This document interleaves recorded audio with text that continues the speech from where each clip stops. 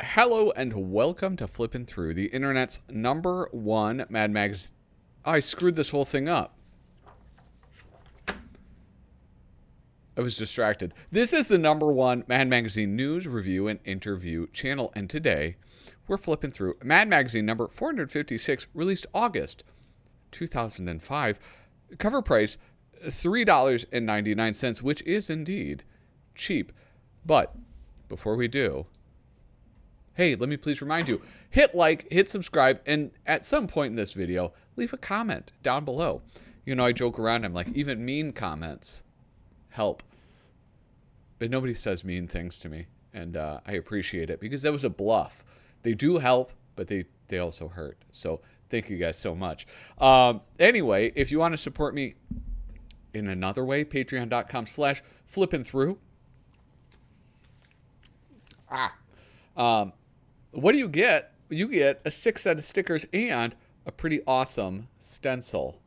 And it looks fantastic. Support me at any level. You get these stickers. I don't know, give me $5 or more, and I send you stencil and stickers. And this is what it looks like. Doesn't that look beautiful? I sure think so. And you can use that to deface public, man, what the heck? Public and private property. So, oh wait, I forgot. I don't have to. I get to thank quite a number of people support me on Patreon. Misamo, Tom Richmond, David Strickler, Megan McInerney, Shane Buckley, Bobby Weigel, Cam Hayden, Rob Wilson, Rod Mead Sperry, Andrew Goldfarb, Casey Ori, and Little Cozy Nostril. And I forgot to mute my phone. With that, let's get into this. Mad Magazine number 456. I was actually distracted. The back cover, an ad, not fun, but Fire Emblem. I think it was, I played the first Fire Emblem game, and I loved it. It was on the Game Boy Advance, and it's like this sort of RPG, turn-based strategy game. Are those two separate things? Anyway, I enjoyed it quite a bit. I might have to go get a copy of it. All right, so here we have the wonderful, we Squeeze the Fantastic Four, plus Pimp My Ride. Yo, dog, I heard you were into Mad Magazine. And then we also have a Revenge of the Sith spoof. But what did they bet their money on the Fantastic Four movie? Who is this guy? Chris something or other? Not Hemsworth, not Chris Pine, not Chris Pratt, Chris Evans? Chris Evans starred in two roles as a Marvel superhero. Johnny Flame, and obviously the one he's better known for is Captain America, Steve Rogers. Who is this guy? This is the guy from some detective show. This was that lady who's like a mom now. I don't know. I think she really leaned into being a mom when she became a mom, and she started like a child toy company or something. And then Alfred E. Newman. I don't know, kind of a fun cover. I bet it's Mark Fredrickson. Would I be willing to bet money on that? Yes, I would. And let's see if I'm right. It is. It's Mark Fredrickson. That's kind of a no-brainer, though. It's like guessing that the very first movie or TV spoof is going to be Mort Drucker. Of course it is. Or later on, that it would be Tom Richmond. Destroy All Humans. I loved this game. When I was in the Navy, I had an Xbox, and I played this a lot. You just go around killing humans. It was pretty fun. Wait, free Mad Screensaver. I wonder if I could still get that. I just wanted to, I don't know why I went back to the cover. That's like one of the problems with the advertising age in Mad Magazine is I was a kid. I was like the target market for these. So, 2005. Yeah, this is 2 years after I was in high school. So I was kind of the target market for a lot of the stuff that was being advertised in Mad Magazine. Here we have Herman Mejia. Here we have, I don't know, Tom Richmond right here. Um, yeah. Hey, let's zoom in on this tiny, tiny article. Longtime Mad fan Dr. David Lubin of Tampa, Florida, wrote to us that his letter about Mad had been published in the hip and hot periodical Medical Economist, Economics. Yes, we couldn't have asked for better media exposure. Without further ado, here is the letter. Further ado. Is that anyway? I not only leave photography magazines in the waiting room, but being an avid Mad magazine reader and collector, I leave those in the exam room as well. I have the entire collection of Mad, and more often than not, I'll enter the exam room and find my patient reading one of the issues. Needless to say, this can sometimes lead to interesting discussions, like, "Are you qualified to be doing my surgery?" Yes, interesting discussions indeed. We can hear it now. "Oh, I see you're enjoying an issue of Mad Magazine. Actually, I needed something to distract me from the excruciating pain that I'm in. My favorite is Spy vs. Spy. If we could just get to the exam, I'd appreciate it because the pain is getting unbearable." Of course, that fold-in is always so cleverly done. "Seriously, Doc, I'm tasting blood here." "Oh, but Sergio Aragones is a constant delight." Hey, careful. You're getting blood on my Batman collectible cover." "Oh, God, it's so cold. So very cold." Slips into coma. Oh, look at this sly dog. Instant messaging. Passing notes in class. No, you shouldn't do that. How to win the Spy vs. Spy video game. Listen, at some point, because I know there are people who care about it, at some point I am going to revisit the Spy vs. Spy video game. I am. Okay? That I promise you. We're going to keep moving on. These things, downloading ringtones and background images for like a lot of money, actually. Kind of wild. Oh, here we have. Now we receive a once cherished feature. We revive a once cherished feature that was long considered dead. Mad's two-question interview. This month's victim is poker champion and Celebrity Poker Showdown co-host Phil Gordon. Question 1. Is this your first two-question interview? Phil. Yes. Shall we get started then? No, let's wait a little while. We thank Mr. Gordon for taking the time to participate in Mad's two-question interview. Maybe I should revive that. Might be easier than trying to get people on for like a 2-hour live stream. Just be like, hey, hop on, let's record 2 questions. This is in the dark times, the Fundolini pages. And let me tell you why. They didn't give credit to the artists and writers on their thing. So this is obviously... Oh, what's his name? Here, I'll look. Drew Friedman. Right? So this is what they do. They don't do they give all friends of Fundolini, but you don't know who it was unless you're familiar with the artwork, right? So I know that that's Drew Friedman. I just needed a little help. This I know is Kevin Pope because I love Melvin and Jenkins.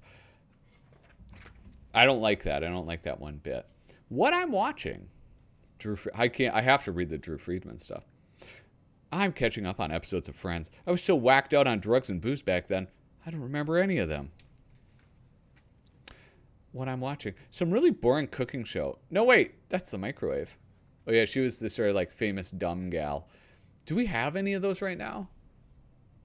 That's kind of gone out of style to be like the ditzy person, the ditzy girl. Nobody. Are there any of those right now? I'm not up to date on reality TV. Everybody has to pretend like they're really informed about stuff. I started to watch Metal Gear Solid Snake Eater until I realized it was a video game and not a porno.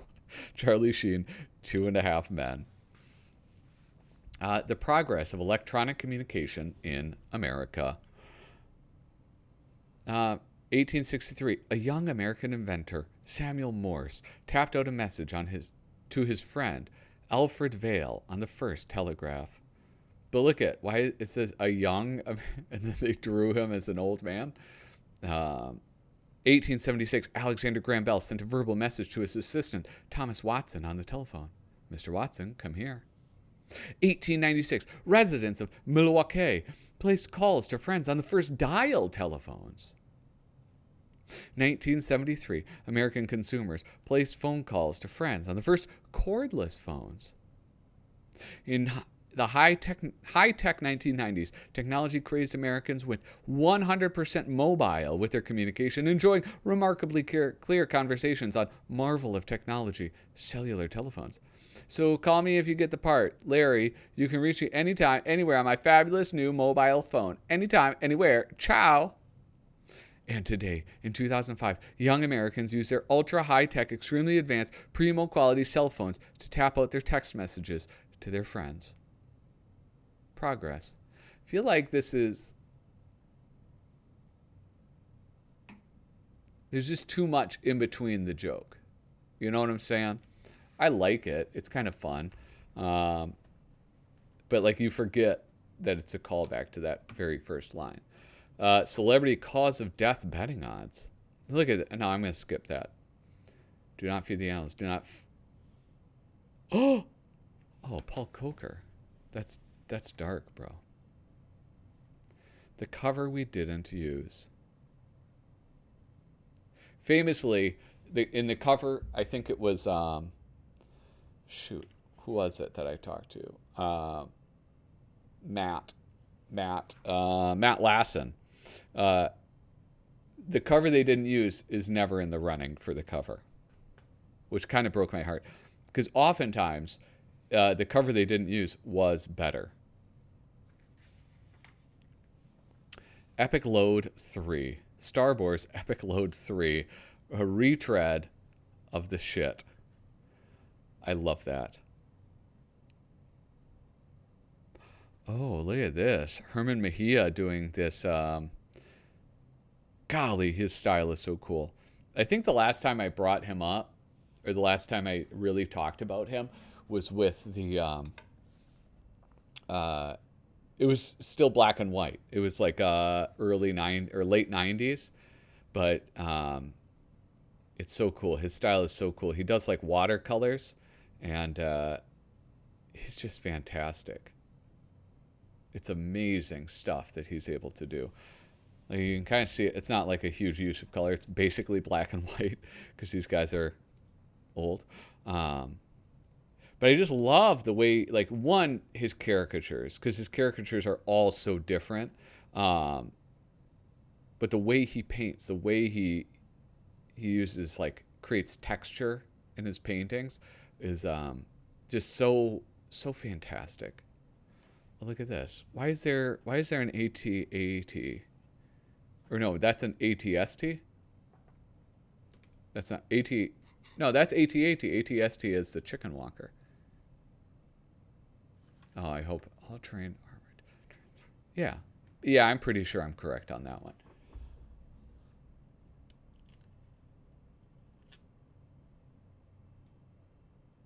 I might have to look that up. I'm filled with doubt on my Star Wars knowledge. Yeah, look at, he does these just really cool, grotesque faces.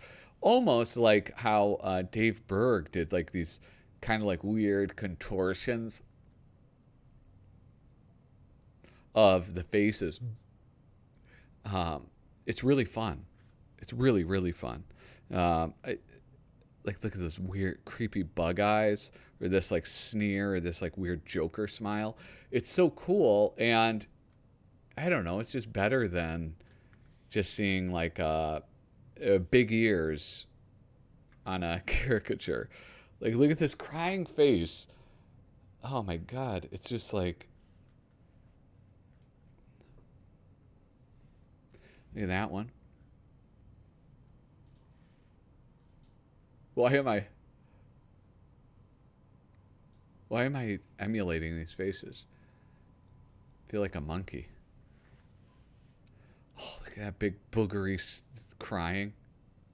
This is what I'm talking about. I don't know, for some reason this jumps out. The way he paints, and it's like you see these kind of defined lines between the colors. Like, it's not um, kind of blended or blurred, but it just works so darn well. Gosh, he's so skillful. And the way he creates the highlights is just, oh, ah, ah! It's wonderful. Oh, can't stand it. Mr. Mejia. I wish I could take an art class, like a painting class from Mr. Mejia. Here is, what's his name? Here I have his book. Cooper, Peter. I'm still so out of practice. This is like my 5th video back, and yet I'm doing...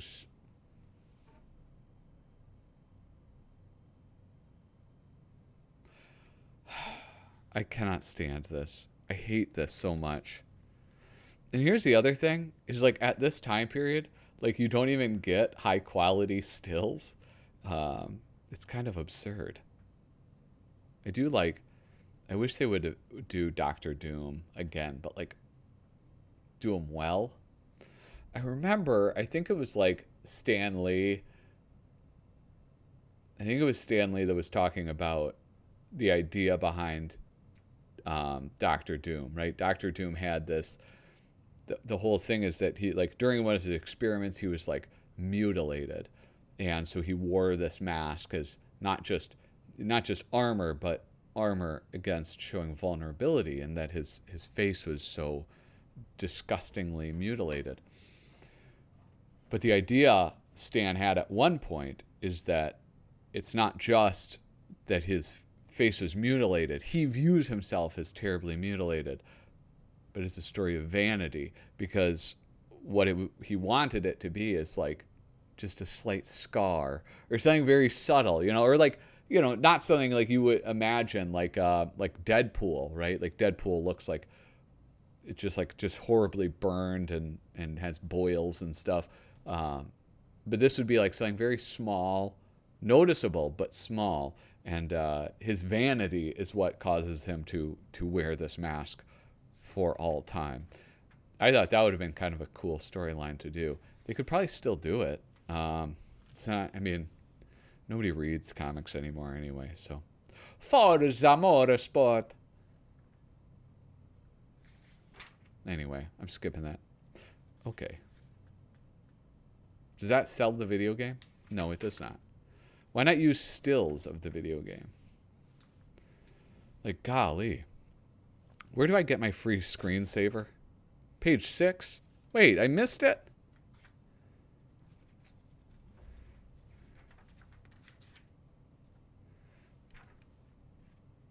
Where is it? How do you know what page 6 is? What the hell?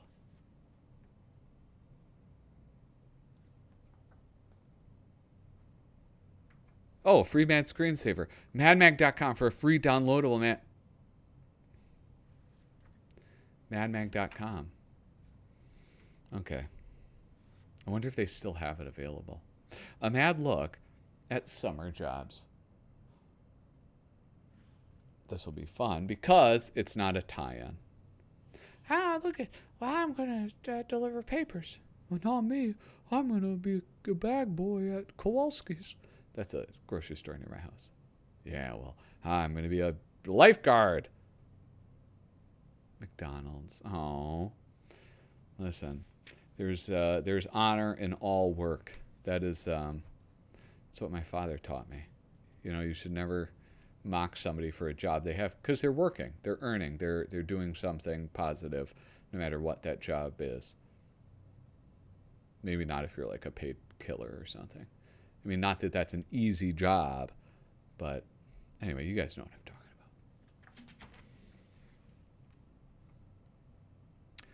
about. Oh, bye. Flippin' Burger.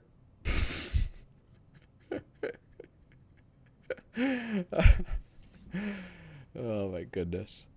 All right, how about this? Oh, he's a lifeguard. Oh, he's so now. Oh, he comes back.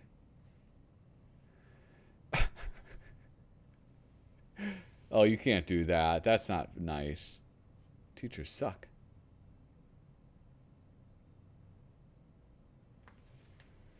All right, final one. Boop, boop, boop, boop, boop. Oop, I'm making. Oh man, McDonald's is taking a beating today. Going to school, doing salt, getting graduation, doing jobs. Oh. Oh. When is it like why was it that like flipping burgers became like the ultimate insult for a while? I don't think it is anymore, is it? I certainly don't think of it as an insult. But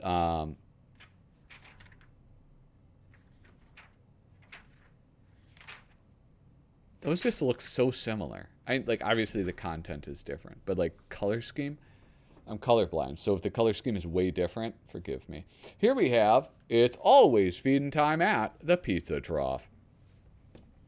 Ah, geez. I still have a lot to go through. Oh wait, no I don't. No, I don't have that much. What can I go through? The pulsating crust, the pizza with crust that throbs for some reason. Rhino wings. How about this one? The half and half. Half on the pizza, half on the inside of the lid due to a bump in the road. Pizzeria. Large chili lovers pizza, 24 jalapeno skewers, and a 2-liter bottle of prune juice. The pizzeria. That's disgusting. Ooh, pizza rhombus. Introducing the only equilateral pizza with oblique angles. 2 toppings and 2 sets of parallel lines. Parallel lines have a lot in common. It's a shame they'll never meet. Scott Mako really did a good job. Pizzeria is hilarious. Soda special, large 1-topping pizza and a 2-liter bottle of off-brand cola that's somehow both dusty and sticky. Oh my gosh. All right, let's zoop. Whoop. Wrong one. A Kid's Guide to BSing Through Life, the George W. Bush way. The problem, you need more cash from your folks. What do you mean you need more money? What happened to the $20 I gave you? The solution, W's Social Security is going bust, snow job. The unexplainable result. Son, your down-to-earth candor has turned me around on the issue. Here's another $20. The problem, you damn near killed yourself doing a jackass-style stunt. What are you doing? You have a term paper due tomorrow and you're busy trying to break your neck? The solution, W's good old foreign policy chin music. Look, I know I've made some decisions that were unpopular. Sometimes in this world you make unpopular decisions because you think they're right.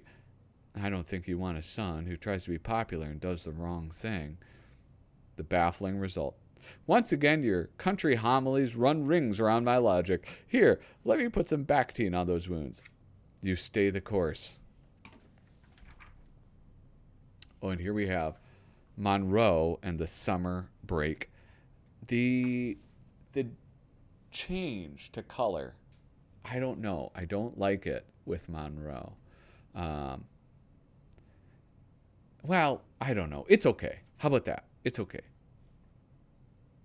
But I don't know. I don't want to criticize Bill Ray. I love Bill Ray. I love these illustrations so much that I feel bad being critical. Look at that. That's how you keep it classy. Oh, and this disgusting creature, his little brother. Look at that, all that diarrhea.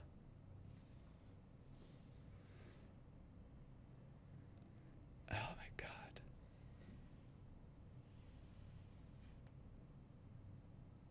This is just I want a Monroe omnibus. Here's the Bowel Flex, introducing the all-new Bowel Flex XX Extreme. Oh my God.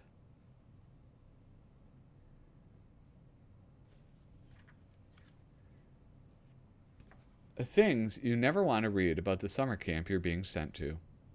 Translated from the Cherokee, our name means peaceful place where sewage is treated. Things you'll need to bring: calculator, watercolor set, red clown nose, plastic pocket protector, and beakers. There's no doubt that the Greco-Roman wrestling tournament with the neighboring Portly Boys clothing optional weight loss camp will be a highlight of the week. free I Proudly Picketed Planned Parenthood t-shirts for every camper.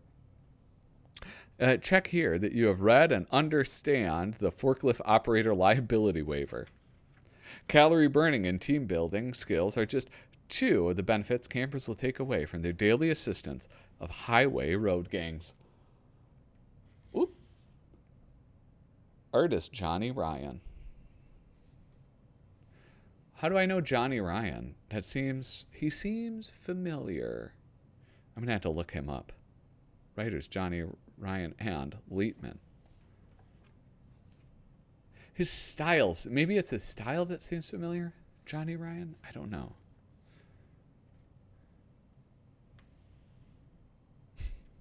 Friday. The Invisible Woman. In the middle of making love, the Invisible Woman accidentally calls Mr. Fantastic Plastic Man. Uh-oh. And Dump My Ride. Ugh, we're going to zoom out. Now, Pimp My Ride, I don't know if you get... This is like early 2000s, early to mid... Well, it's 2005 when this came out. It was the most amazing show because they would get people's cars that were horrible and then make them very beautiful, very fantastic, make it seem like it was done in no time at all, and make them go from usually something somewhat useful to something completely useless, because they would do things like this. When you brought your wheels in here, your trunk was cluttered with all kinds of junk. The spare tire, a jack, flares. So we decided to convert your trunk into a slot car track. And like they would do that. They would like put water features in people's cars. Like they would make them unusable in the traditional sense of what an automobile is used for. And of course they would do this. They would put televisions all around, all over.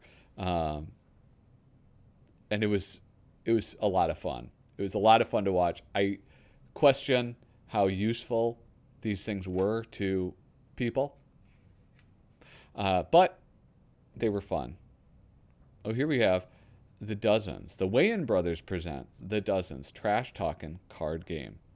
Yo mama so ugly, her reflection quit. Aw. And of course we have that Fire Emblem game that distracted me so much. Anyway, you guys, that is it. Mad Magazine number 456. If you haven't already, please consider subscribing. I'm at 491. That's just 9 away from 500. Leave a comment down below. Hit that thumbs up button. And check out patreon.com/flippin through if you are so inclined. Anyway, thank you so much for watching. Toodaloo.